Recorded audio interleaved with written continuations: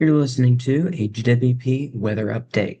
It's Thursday, April 23rd, 2026, and in today's weather update, we're going to be timing out tonight's severe storm threat.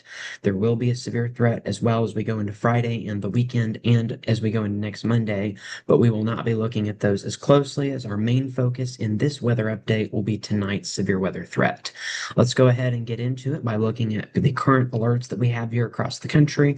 This was as of about 4:15 p.m. We had tornado watches across Kansas into Nebraska, even northwestern Missouri, excluding Kansas City as of 4:15, as those storms will not make it into the KC metro area until several hours from now. And then Iowa, we've also got those watches in effect, severe thunderstorm watches also across Minnesota and Wisconsin, where we're also going to be dealing with that severe threat.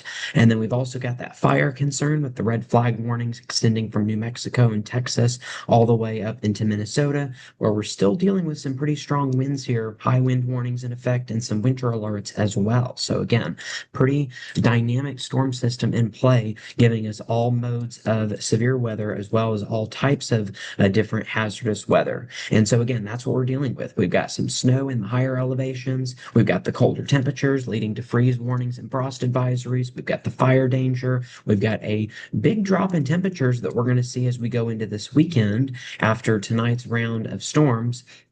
And then again, ahead of that cold front, we're going to be looking at that possibility for some severe storms. Cold front's going to move through late tonight with those severe storms. We're going to notice cooler temperatures for Friday. We will have some storms, but the majority of our storms and the majority of our severe weather threat is going to be along and south of Interstate 44. So our viewing area is mostly not under that severe risk as we go into Friday. The main concern is going to be during the overnight hours for us tonight. Showing you specifically the area that is highlighted here across Missouri, our western and northern counties are under that slight risk from the Storm Prediction Center. So today's outlook, again, a slight risk. That's a 2 out of 5 on that severe weather index scale.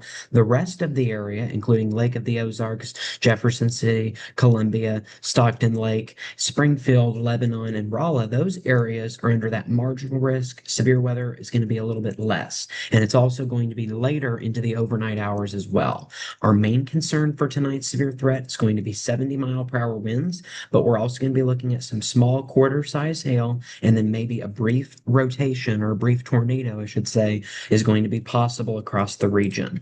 Again, the timeline in our northwestern counties, that's where our storms are going to be first. They're going to first arrive in those areas around 8 or 9 p.m., and then they will start to move through our central counties by about midnight, and then our far southeastern counties will be into the early morning hours on Friday. Now, because this is a very overnight threat, late into the evening hours, there will not, most likely will not be a GWP live stream for this evening. So again, your best course of action is to keep your phone on so that you can get those emergency alerts from the government. They call those wireless emergency alerts. And so if you keep your phone on, really all you have to have is it turned on. As long as it's not at 0%, as long as your phone is not dead, you'll be able to get those alerts. And so you'll want to make sure to do that, especially for tonight with the potential of the severe storms. I will say one of the reasons we're not doing the live stream, of course, is because of how late it is, but also because the late severe weather threat is very low. That's another reason why we're not doing a live stream tonight. It's not only the fact that it's going to be after midnight, but also because we're going to have such a low risk for that tornado risk. So again, low tornado risk for today. Now, our storms in Oklahoma and Kansas, there's our threat there is going to be a little bit on the higher side. Still not super bad, but we're under that elevated or enhanced risk across northern Oklahoma and central Kansas. We are going to have the risk for tornadoes. Some will be EF2s or stronger, especially during the evening hours.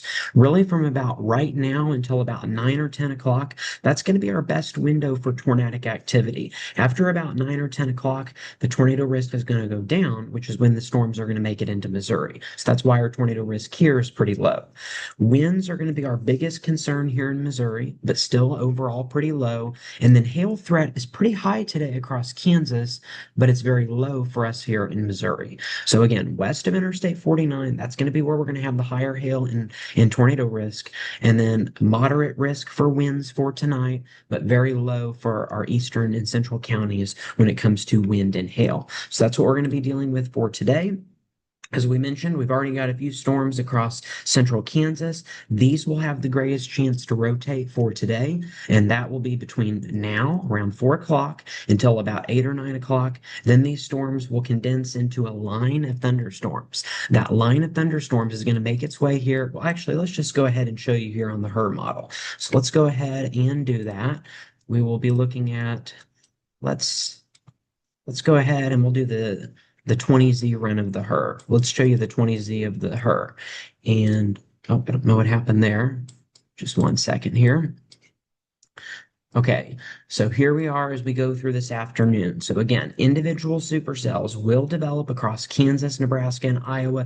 That's when we're going to have our tornado risk. Then as we go into this evening, those storms will condense into a line. So here's about 9 p.m. That's when our storms will move into the region around 9 o'clock. They'll start in Kansas City. Then they will move southward as we go towards 11 o'clock. By this point in time, our tornado risk will be nearly zero, not quite zero, but almost zero. And our main concern at this point will be straight line damaging winds of 60 to 70 miles per hour. By about 2 a.m., our storms will begin to clear out of the viewing area.